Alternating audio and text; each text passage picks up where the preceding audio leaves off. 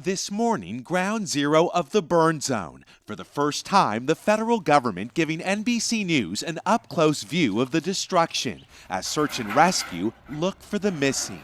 How would you describe the search area? How daunting is it?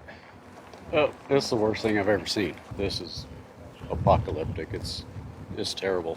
At the peak of the fire, many were escaping the flames in vehicles. Now authorities have to go car by car and block by block to see if they can find anyone who didn't make it out alive.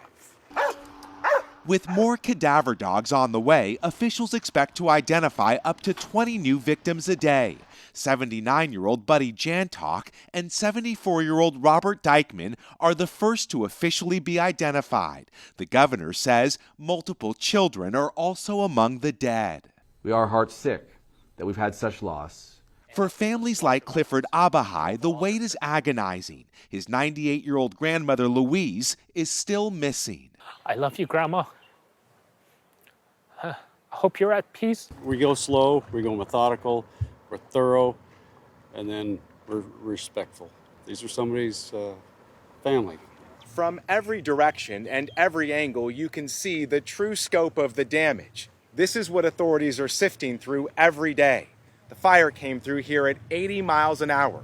They need to search every building and every home before they can say their job here is complete.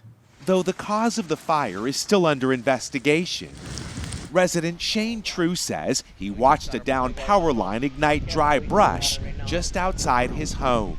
Flames start almost immediately after from the dry grass. At least 3 lawsuits have now been filed against Hawaiian Electric, alleging turning off the power lines would have saved lives. The utility company had no comment. Now, a week after the fire destroyed this beachfront haven, families are left waiting for answers from the ashes.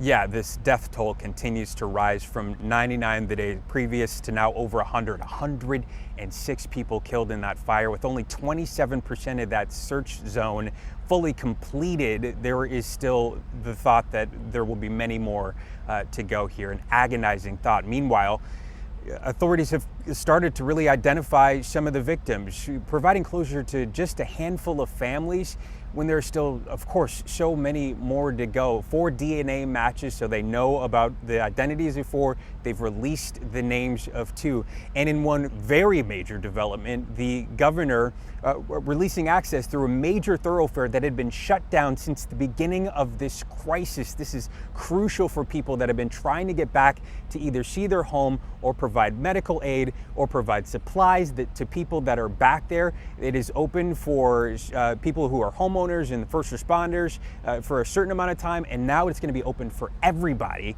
every day in waves. So a huge, huge development as the search, rescue, and recovery continues. Back to you. The skies above Front Street almost apocalyptic when the fire started roaring through Lahaina town. Humberto Cardenas, his mother, and their pets stuck in the frenzy of cars trying to evacuate while flames took over. It was like a few feet just like right next to our car, like everything just catching on fire, like the outlets, like they have like trees that were just catching on fire. There was like the ashes coming down from Lahaina Luna. There was like fire just like flying down, like it was just raining fire. It was just super scary.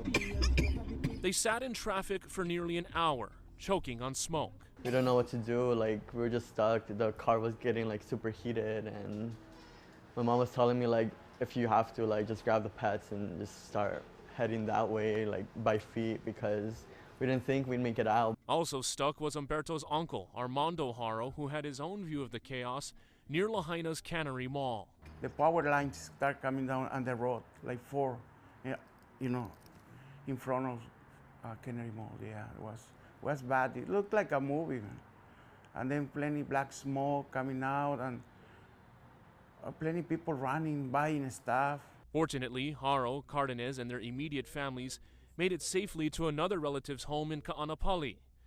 Back on Oahu, another family member frantically trying to get them off island. I wanted them to be here that night. I started sending messages, which I know they weren't receiving, saying, come here, come here tomorrow morning, come here. If you can't, just come here. Pedro Haro grew up in Lahaina, where 5 of his family's homes were lost in the blaze. He says initially some didn't want to leave Maui. Saturday, they actually flew over to Kahului and was able to talk to the entire family. What was happening is they didn't want to leave without each other. So one brother would say, well, what am I going to do with my car? I say, well, I'm not going to leave if he doesn't leave. And then all of them, it was, we on Oahu were desperate to have them here.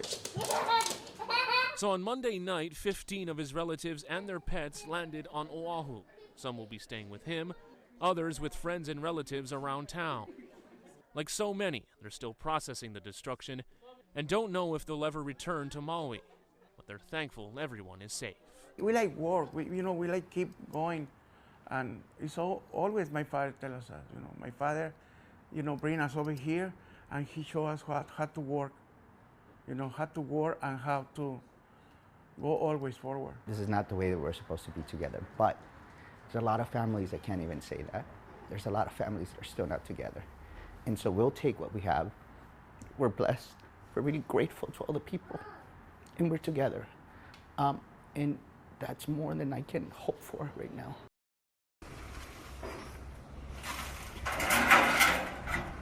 "20 cadaver dogs continue to search Ground Zero. So far, they've covered less than a third of the burn zone. 75 FEMA personnel were deployed to the Valley Isle, including coroners and pathologists, as well as X-ray and lab technicians. A portable morgue also touched down. Officials say the unit consists of all the equipment needed for victim identification and processing remains. It's going to be a very, very difficult mission, and patience will be incredibly important because of the number of victims. Michael Richter was one of the Lahaina residents who went to Maui Police Department's forensic facility in Wailuku with hopes of identifying his stepfather. He's gone. I just want to identify the body. The police have really helped, but I have run into a lot of people that I understand are tired. I'm tired too. I haven't slept in 6 days, and I just, like I said, I just want to identify his body and put him at rest. To help identify loved ones, people are advised to go to the Family Assistance Center at the Kahului Community Center for a DNA cheek swab to match the living with the dead. But collecting DNA from those who perished could be a challenge. Chances of finding good DNA samples might be a really hard thing to do. Also, once you identify a victim and you have reference samples from their family, the DNA process alone is very time-consuming and very tedious. You don't want to make mistakes. You don't want to misidentify someone. Even though the individual may not be identified today or tomorrow, there's hope they'll be identified in weeks or months to follow. And that's so important. For example, 9/11, the Twin Towers, they're still identifying individuals from a little piece of bone that is found on a rooftop in a gutter or something like that, all these years later. I just hope that we can stay in this together, we can trust one another, that all the responders, all the science, all the scientists and the doctors are doing the best thing they can, I hope. And if that's the case, we will go from this point of unknown to this point, hopefully, of identifications. As crews in Lahaina town continue their search through the rubble for the missing, about 20 miles down the road in Kihei, the scene couldn't be more different. Visitors flocking to blue ocean waters, a stark contrast from the grim reality down the coast. My heart goes out to everybody. The Drone family visiting from North Carolina says they didn't know about the fires until they landed Tuesday night. They had originally planned to visit Lahaina, but were forced to change those plans. Did not expect it to be what we experienced. At Tasty Crust restaurant in Wailuku, employees say it's clear more people are vacationing in central Maui. With this tragedy, we're probably up into the 600-700 people per day. Normally, a traveler influx is welcome, but staffing shortages are hampering business, with workers from West Maui dealing with the wildfire aftermath. I do have a couple of employees that are stuck on that side of the island that cannot get over here. Some locals are now urging visitors to hold off on vacations to Maui.